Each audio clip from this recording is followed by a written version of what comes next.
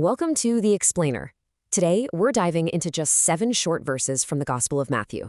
But don't let the length fool you, they pack an incredible punch, taking us from a mind-blowing miracle all the way to a profound call to action.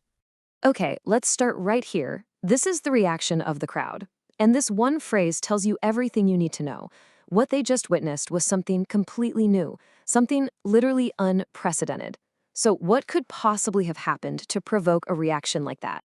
So, here's how we're going to break this down.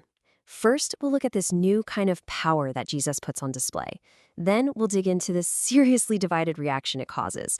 After that, we'll see how Jesus looks past all that to see a much deeper problem. And finally, what he says is the solution. First up, let's get right into the event that had everybody talking. It seems pretty straightforward on the surface, but when you peel back the layers, you see it has some really profound implications.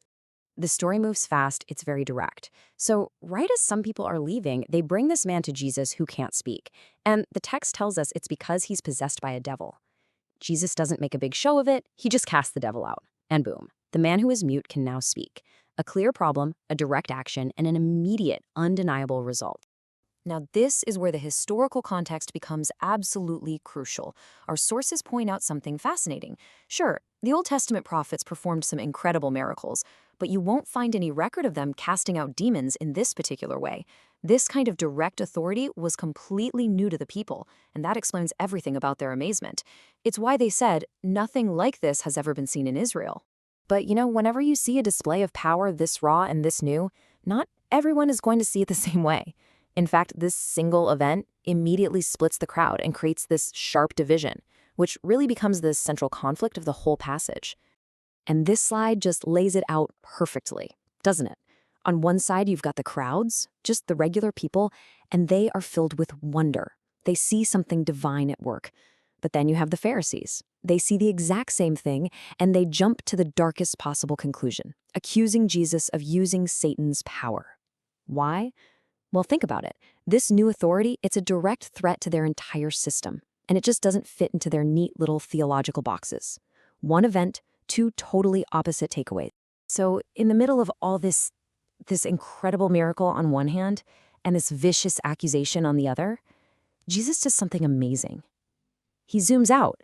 He looks past the immediate reactions and sees a much bigger, much more sweeping problem with the spiritual state of the people all around him.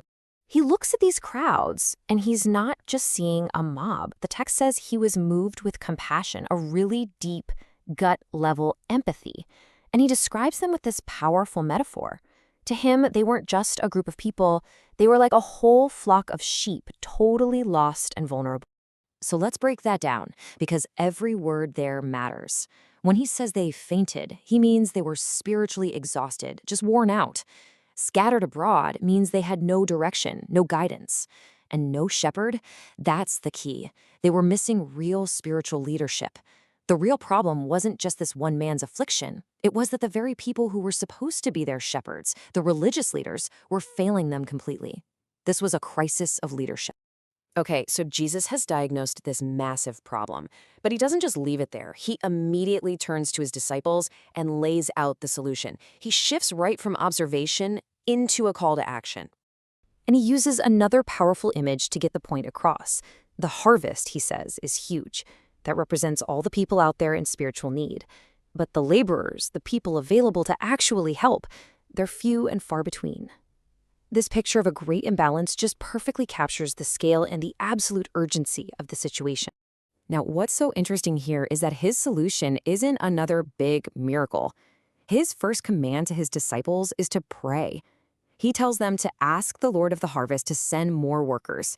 It's a signal that this divine work isn't supposed to be a solo act. It needs a whole team, a whole workforce. And this isn't just some random piece of advice. This is a setup. It's the scene before the main event. As the source material makes crystal clear, this call to pray for laborers leads directly into the very next chapter, Matthew 10, where Jesus actually commissions his 12 apostles and sends them out into that very harvest he was just talking about. So it all comes full circle, doesn't it? We start with one man who cannot speak, and we end with a command to speak to God, to pray for more help. The passage doesn't just identify a problem, it gives the very first step in the solution. And it leaves us with this powerful thought. If the harvest is still just as big today, who are the laborers and how are they being called into the field?